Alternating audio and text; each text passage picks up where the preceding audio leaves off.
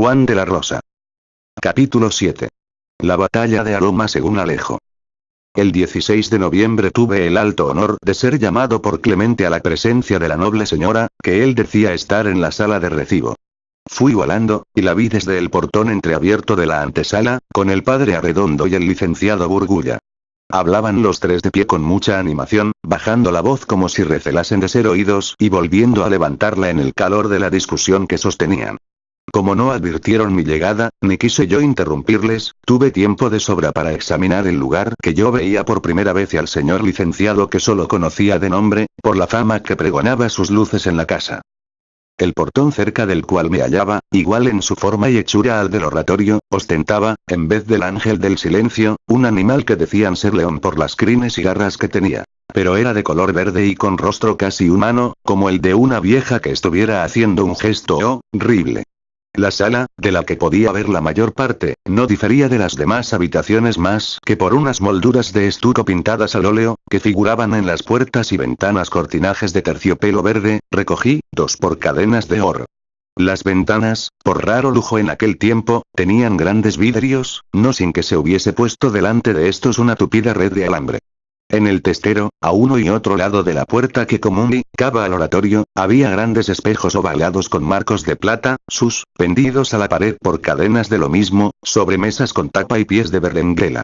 Bancas de madera pintada de blanco, con profusión de dorados, provistas de colchoncillos y cobertores de damasco, se arrimaban a lo largo del muro que daba frente a la entrada del patio, y algunos sitiales, que hacían terno con aquellas, ocupaban ambos costados de la gran puerta de aquel lado, a la que seguía también el consabido portón, pintado de un gigantesco y temible alabardero.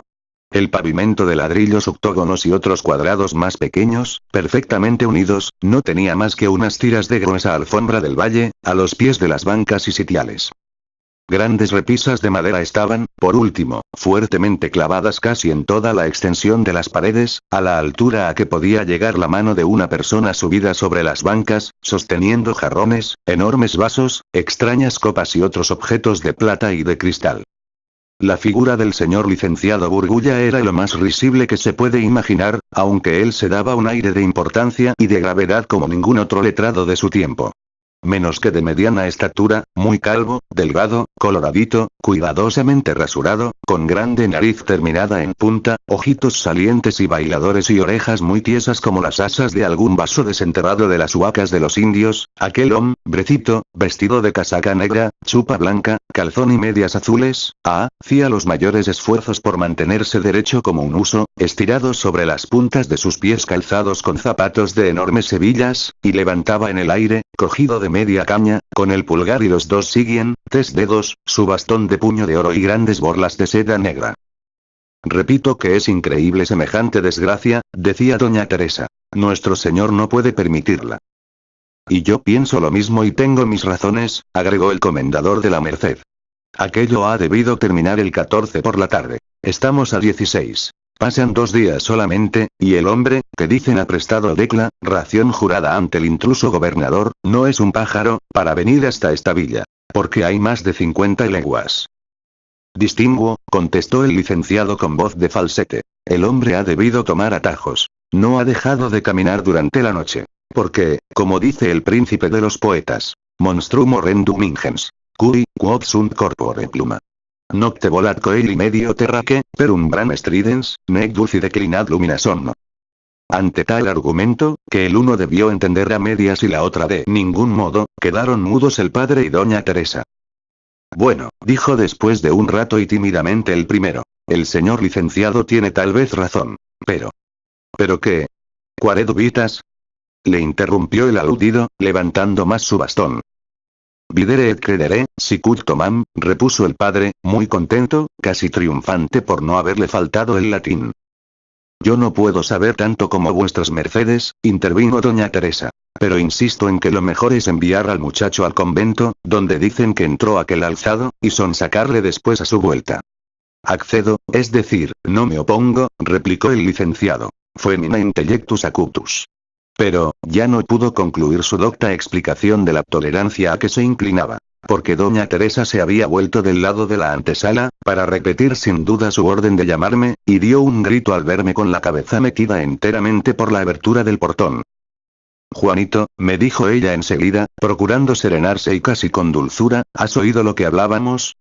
Sí, señora, contesté naturalmente. El señor licenciado decía no sé qué cosas en latín. ¿Qué muchacho? Repuso tranquilizada, y prosiguió hablando conmigo, mientras que los otros lo hacían entre ellos, en secreto. ¿No has visto a tu maestro Fray Justo del Santísimo Sacramento? No, señora. Porque me han dicho que no ponga los pies en la calle con ningún motivo. Han entendido mal. Yo quiero solamente que no sigas vagando por las calles como los muchachos perdidos. Pero no me opongo a que vayas a ver a tu maestro, con la condición de que vuelvas al momento. Gracias, noble señora. Y sin esperar más corrí a la calle, como un alma en pena a quien permitieran salir del purgatorio. Cuando llegué a la puerta de la celda de Fray Justo, la encontré sola, mente entornada y oí una voz muy conocida. Pegando después el ojo al intersticio de dos tablas, vi sentado al frente en el escaño a mi tío Alejo en persona, y pasó y repasó la de mi maestro, que iba y venía con agitación. El cerrajero que yo suponía muy lejos con los voluntarios, estaba casi negro con las intemperies, enflaquecido, con el traje estropeado y roto por muchas partes. Tenía el sombrero en las manos, pero conservaba en la cabeza un pañuelo sucio, manchado de sangre, que se anudaba sobre su frente. Sus pies desnudos, rajados, llenos de polvo, parecían no obstante más cómodos en anchas hojotas, que en los rusos que solían oprimirlos. No pude contenerme más que un momento. Abrí con estrépito la puerta. Me precipité adentro. Abracé sin decir palabra uno después de otro a mis amigos. Los dos dieron por su parte un grito de alegría y correspondieron a mis abrazos. Alejo se puso después, de un brinco, en medio cuarto. Se sentó sobre los talones y me presentó la palma de la mano, para levantarme en equilibrio y seguir sin duda bailando conmigo de ese modo. Pero, ni yo tuve valor para poner el pie en aquella mano, ni él la siguió extendiendo más de un corto instante. Porque mientras que yo me enjugaba los ojos, él volvía a ponerse de pie para darme las espaldas y hacer lo mismo con las mangas rotas de su chaqueta. El dulce y triste a la vez recuerdo de mi madre acababa de levantarse a un tiempo en nuestra memoria. Mi maestro, a quien tal vez hacía sufrir más ese recuerdo, se apresuró entonces a volver a la conversación que yo había interrumpido. Vamos, hombre, dijo con impaciencia. Vuelve a sentarte y responde a mis preguntas. Juanito tendrá gusto en oír estas cosas, como buen patriota que promete ser. Alejo obedeció la orden, no sin dirigirme antes una mirada llena de cariño y de compasión. ¿Qué hubiera querido vuestra paternidad? Me gusta la pachorra. Que siguieses con los otros, bendito hombre de Dios. Que no te vinieses al olor de la chicha, como un guanaco. Pero si ya no hay ni rastro de chapetones en este mundo. Y los otros se han de venir también, como yo. No permita el cielo semejante torpeza. Eso sería perder miserablemente los frutos de tan feliz victoria. En fin, ¿qué hacerlo? Cuéntame a lo menos con algún orden lo que ha pasado desde que llegaron a Oruro. Allá voy, reverendo padre. Allá voy. Alejo meditó enseguida un momento. Se rascó la base del cráneo tras la oreja. Tosió. Quiso hablar. Se quedó con la boca abierta. Hizo un movimiento de impaciencia, y comenzó a referirnos, por último, a su manera, lo que fue en aquel tiempo el episodio más notable de la guerra de la independencia y el triunfo más trascendental de los casi inermes patriotas, en esta parte de la América del Sur. Los ordeños vivaron a la patria antes de que llegásemos nosotros. Su gobernador, quiero decir el de los chapetones, Sánchez Chávez, se había huido con mucha plata de las cajas reales. Pero lo apresaron con toda felicidad en la barca. ¡Qué recibimiento el que nos hicieron! No quedó uno solo sin salir a nuestro encuentro hasta más de una legua, casi todos a pie, porque hay pocos caballos en la puna. Nos gritaron desde lejos. ¡Vivan los valerosos cochabambinos! Y nosotros los pagamos en la misma moneda, y seguimos dando aquellos gritos y silbidos de alegría que sabemos dar en la fiesta de toros de San Sebastián, y que se oyen a veces hasta en Colcapirua.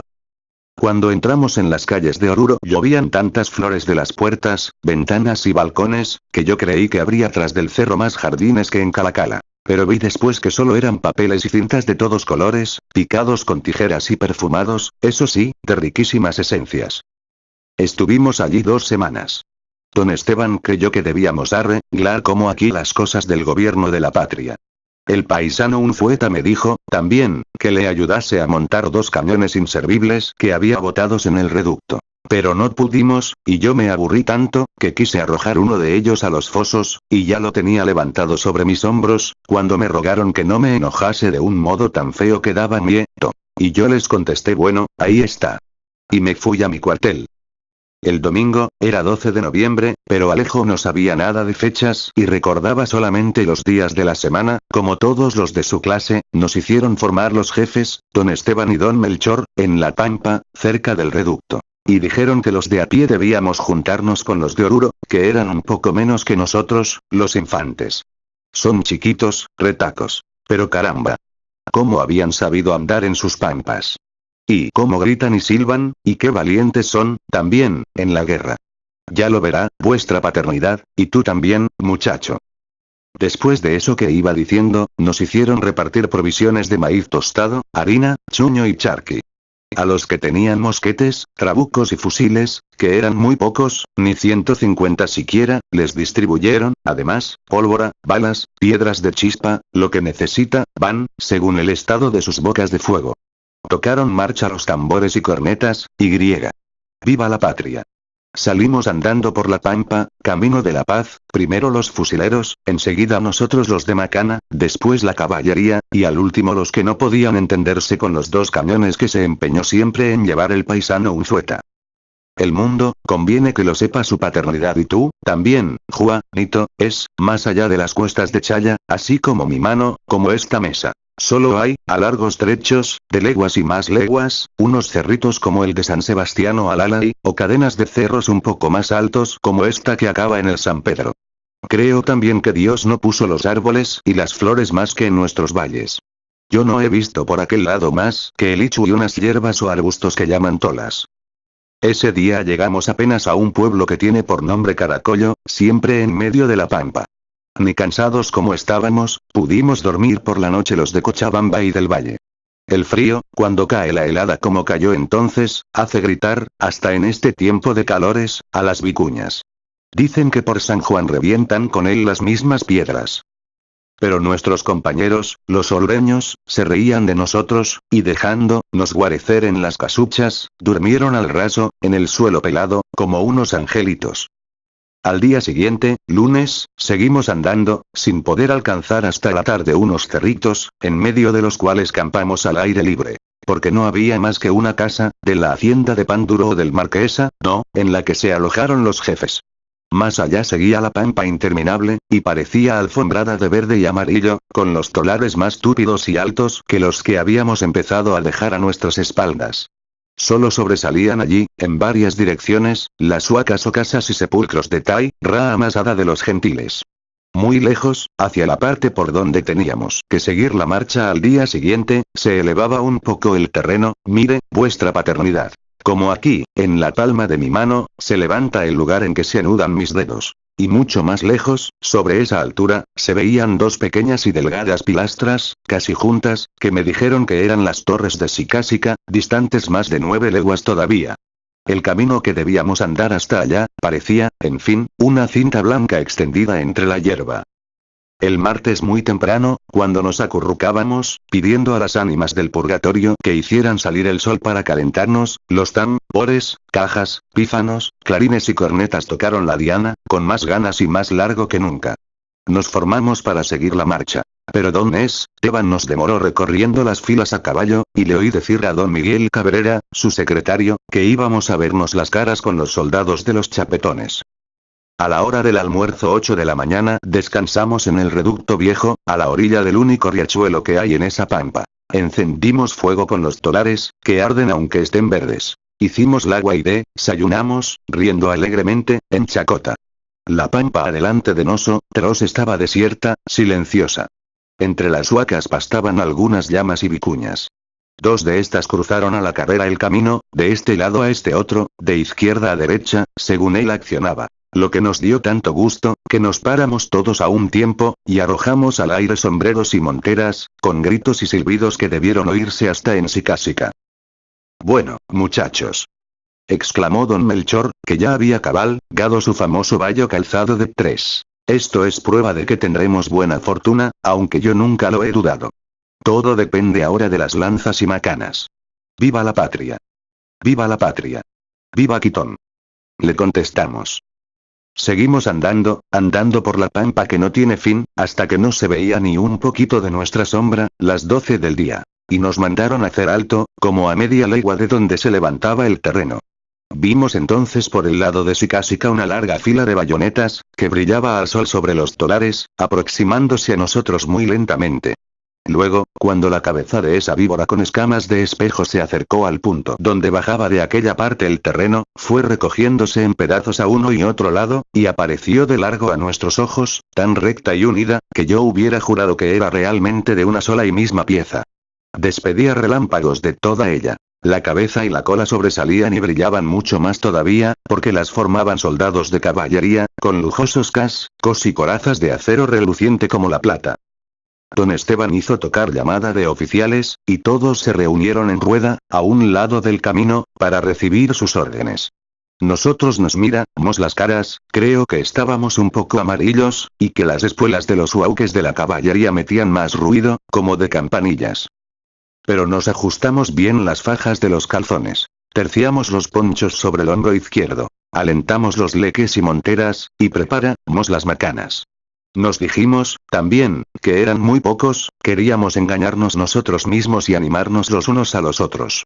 La verdad, Tata, serían más de la mitad de todos nosotros, y ya he dicho de qué modo deslumbraban sus armas desde lejos, aunque yo no envidiaba a nadie con mi barreta. Cuando concluyó el consejo, se vino a nosotros el mismo don Esteban, en su alto y ligero frontino, con la espada desnuda ya en la mano, y nos dijo: muchachos. ¡Viva la patria! ¡Viva la patria! ¡Mueran los chapetones! Le contestamos. Muy bien, hijos míos, repuso. Ahí están los chapetones. Vamos a ir sobre ellos. Yo quiero estar a vuestro lado, para ver ahora lo que hacen las macanas.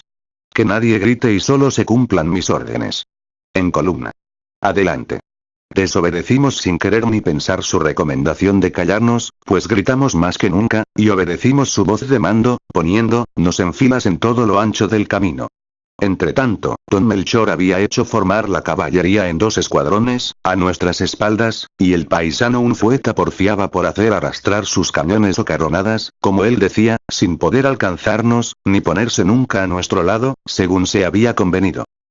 Formados así con don Esteban a la cabeza, fuimos a paso largo al encuentro del enemigo, que no se movía y se estaba como si tal cosa, con las armas en descanso. Parecía que no nos había visto, ni que siquiera llegaban hasta allá nuestros gritos y silbidos. Cuando estuvimos a unas 4 cuadras solamente, salieron de sus filas algunos tiradores y comenzaron el fuego graneado en guerrillas. Nuestros fusileros se adelantaron a sí mismo. En batalla. Nos mandó a nosotros don Esteban. Y nos pusimos, del modo que mejor pudimos, en 2 filas con el frente a los chapetones. Nuestra caballería avanzó entonces, y se puso a uno y otro lado, por escuadrones. Creo que tronaron al mismo tiempo, no sé dónde, las carronadas. Seguimos adelante, al trote, gritábamos como en el momento de ir a sacarle la enjalma al toro. Pero brum. Brum. Sonaron 2 descargas. Una nube blanca nos ocultó la vista del enemigo. Cayeron no sé cuántos. La caballería cargó al escape. El fuego continuó, que era una maravilla. Quisiera saber, Tata, quién gritó después el primero. Tanto he oído decir. Yo. A todos los huauques, que he llegado a creer que fui yo mismo. Sea como quieras, dijo aquí mi maestro con impaciencia. Eso no importa nada. ¿Qué no ha de importar? Repuso Alejo. Si por eso no más hemos vencido. ¿Pero qué fue? Vamos, hombre. No seas cargoso. Wincoy, reverendo padre. Wincoy. Grité yo o gritó alguno de nosotros y caímos todos entre las tolas, de modo que si los chapetones nos vieron, lo que yo dudo, porque harto tenían que hacer con la caballería, debieron creer que nos habían muerto desde el primero hasta el último en las primeras descargas. Pero nosotros no queríamos hacernos los muertos solamente. Sin que nadie lo dijese, aunque seguimos gritando ya como siempre, incorregibles en esto, como somos y habían sido los orureños, fuimos a gatas, así, por entre las tolas. Aquí el narrador se puso en medio cuarto para continuar accionando con más espacio. Quiso acompañar cada una de sus palabras del gesto o movimiento que le convenía o expresaba. Las balas silbaban que era un contento sobre nuestras cabezas, con un fuego nutrido, como de castillos de cohetes en el corpus. El humo de la pólvora, con el viento que comenzó a soplar de ese lado, se nos entraba por las narices hasta los sesos, y creo que nos emborrachaba. Íbamos adelante. De vez en cuando levantábamos la cabeza. Pero fis. Pasaba una bala, y volvíamos a tendernos en el suelo, para seguir siempre adelante. Cuando llegamos al lugar en que se levantaba el terreno, lo que no había sido tan poca cosa como parecía de lejos y con Sorobchi.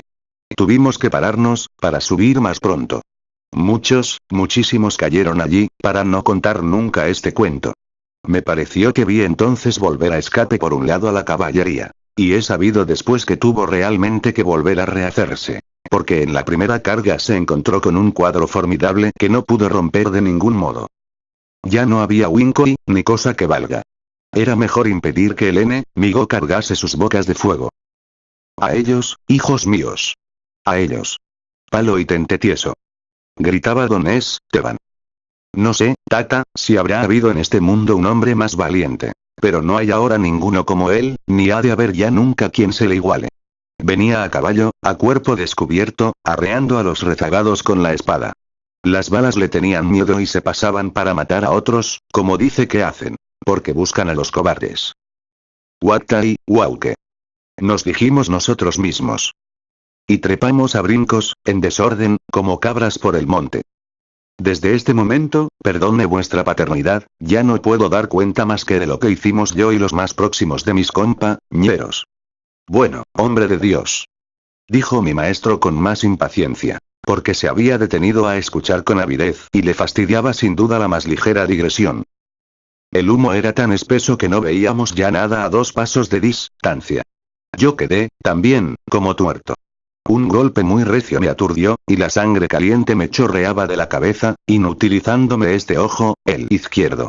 Iba a brincos, gritaba o creo que bramaba, con la barreta en el aire, cuando me encontré delante un granadero como una torre. ¡Aja! Le dije. Mi barreta cayó entonces sobre su gorra de cuero, y griega. La Virgen de las Mercedes le dé la gloria. Enseguida vi todo colorado, quise matar sin descanso, y di golpes a todo lo que se me ponía por delante.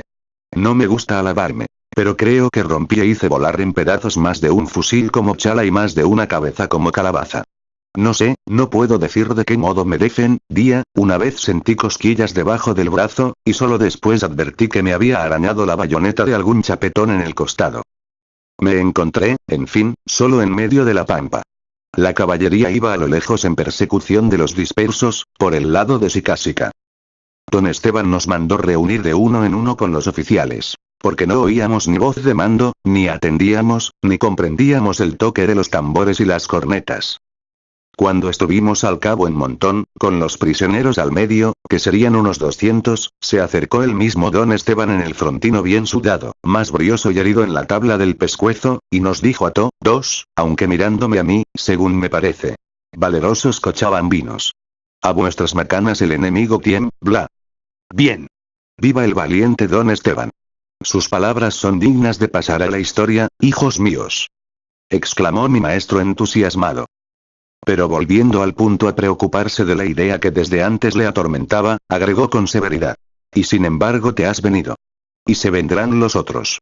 Y el mismo don Esteban. Alejo, entusiasmado por su parte con sus propios recuerdos, no fijó su atención en estas últimas palabras y continuó su relación interrumpida. No sé ya de qué manera explicar nuestro contento, los gritos, la algazara con que contestamos. Y nos pusimos a recoger enseguida las armas abandonadas en todo el campo. Una hora después, cuando más, estuvimos ya en Sicasica. Parecía que nos habían crecido alas en los pies, con qué gusto se corre así, como nos hicieron correr tras de ellos los chapetones. Lástima fue que no hubiese ya nada que hacer. Encontramos muchos muertos en el camino, y muchos más, a montones, cerca del pueblo. Los huauques de la caballería nos esperaban en la orilla del riachuelo que pasa por delante, desmontados, tendidos en el suelo, regalándose con la comida y las copas de aguardiente que les traían las mujeres de Sicasica. Y nos recibieron con silbidos de burla, y nos gritaron de todas partes. ¿Dónde están los chapetones? Pero no fueron ellos, tampoco, los que dieron fin con los últimos chapetones. Los vecinos del mismo pueblo y los indios de la comunidad, unidos al sonido de los pututus, habían recibido antes a palos y pedradas a los dispersos que llegaban, de modo que no quedaron más enemigos vivos que los que nosotros tomamos prisioneros en el mismo campo de la guerra.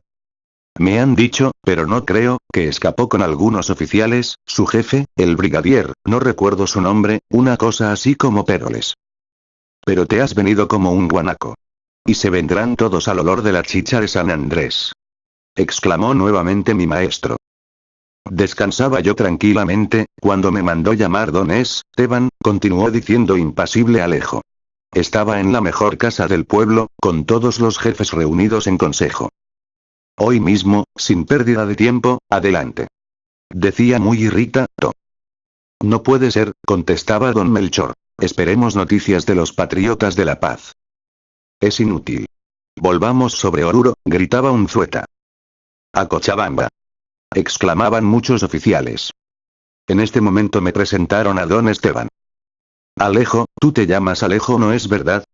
Me preguntó. Sí, mi general, le contesté. Vuestra señoría me conoce desde que hablábamos en la huerta de Cangas, cuando salí de penitente el Viernes Santo. Es verdad, repuso riéndose, y me dio la mano. Con razón lo queremos todos y somos capaces de hacernos matar por él. Quiero premiar tu valor y tus fuerzas que me han asombrado, continuó. Pídeme alguna cosa, para dártela en presencia de tus compañeros. Señor, mi general, le respondí. Quisiera irme ahora mismo a Cochabamba. Demonio. He ahí lo único en que piensan estos salvajes. Exclamó él, dando un puñetazo sobre la mesa, y tenía razón. Es así. Tú y todos los huauques no pueden vivir sin ver lo verde, como animales, dijo Fray Justo con enojo. Creí que Alejo iba a encolerizarse como acostumbraba, pero lo vi con sorpresa inclinar tristemente la cabeza. No tenía razón, ni vuestra merced, tata, contestó después con dulzura. ¿Y por qué? ¿Vas a decirme ahora que no querías venirte por la chicha de San Andrés? Insistió imprudentemente mi maestro. Alejo quiso hablar, pero me miró y volvió a inclinar la cabeza. Vamos. Responde. Que sea lo que quiere vuestra merced. Gritó al fin Alejo de muda, doy espantoso. Yo supe ya en Oruro la mala noticia, no me dijeron que la niña consintió en que el muchacho se fuese a vivir en aquella casa, yo quería, caramba. El mismísimo don Esteban me dijo que hacía bien, reverendo padre. Basta. Perdóname, mi buen Alejo. Le interrumpió Fray Justo, y estrechó fuertemente una de sus manos entre las suyas. Yo me apoderé de la otra y lloré con él, porque aquel hombre fuerte y sencillo quiso llorar y lloró entonces como un niño. Un instante después oímos repicar en todos los campanarios, gran tropel de gente, frenéticas aclamaciones de alegría en la plaza. Los padres del convento corrían por los claustros, para salir precipitadamente. Uno de ellos, que debía ser patriota, entreabrió la puerta de la celda, y gritó. ¡Victoria! Los porteños han vencido. Es cierta, ciertísima también la noticia de Aroma. Mi maestro no esperó más, para salir en cuerpo, como estaba, sin acordarse de su manto. Alejo y yo le seguimos. Pero en la puerta de la celda me detuvo el cerrajero, y me dijo con profunda convicción. Ya no hay ni rastro de chapetones, muchacho. Don Francisco el gobernador Rivero no quiso creerme, ni tampoco su paternidad. Ahora verán si era necesario quedarse en la puna sin motivo. El gentío era inmenso en la plaza. En la esquina del cabildo el escriba, no don Francisco Ángel Astete, subido sobre una mesa que habían sacado de una pulpería inmediata, leía en alta voz el bando en que el gobernador hacía saber a los valerosos habitantes de Cochabamba la victoria de Suipacha, alcanzada por las tropas auxiliares que venían de Buenos Aires, y el felicísimo triunfo de Aroma, del que no se tenían todavía noticias oficiales. No puedo dar una idea del regocijo popular en aquel día y el siguiente. Nunca, jamás, ni cuando la proclamación definitiva de la independencia, después de Ayacucho, se han visto demostraciones semejantes. Las nuevas generaciones y las que han de venir hasta el fin de los siglos, no oirán, sobre todo, más bulliciosos repiques de campanas. Y esto por tres razones igualmente perentorias. 1. No se festejarán jamás con ellos otros triunfos tan memorables. 2. Había más templos habilitados en la ciudad. 3. Se rajó. Entonces, tañida sin descanso por 48 horas consecutivas, la gran campana de San Francisco. Cuando, ya casi cerrada la noche, enronquecido a fuerza de gritar como todos, ¡viva la patria! Volví a la casa de doña Teresa, encontré en la puerta a Clemente y tuve miedo. Su sonrisa de satisfacción, una vez conocido su carácter, como ya lo conocía, me hizo estremecer, con la idea de que me esperaban mucho de malo. Me tomó, en efecto, del cuello, y me arrastró ante la noble señora, refugiada otra vez en su oratorio, cuya atmósfera estaba más irrespirable con el olor a tabaco y anís. Aquí está, mi ama y señora marquesa, el vagabundo, dijo. Aquí está el que más grita entre los alzados en la plaza. No me engañaba, Dios mío. Exclamó la señora. Es el mismísimo enemigo. Se persignó enseguida 2 veces, para librarse de las asechanzas del que acababa de nombrar, aunque indirectamente, y añadió. Llévale sin tardanza y que se cumplan mis órdenes. Debía estar y estuve 2 días encerrado en mi cuarto, a pan y agua solamente. Con el aditamento de que, al abrirme, no solo me repitieron que no pusiese los pies en la calle, sino, ni en el patio principal, ni un palmo más allá del pasadizo, a no ser para ir a rezar el rosario en el oratorio, o a misa los domingos muy temprano con Clemente.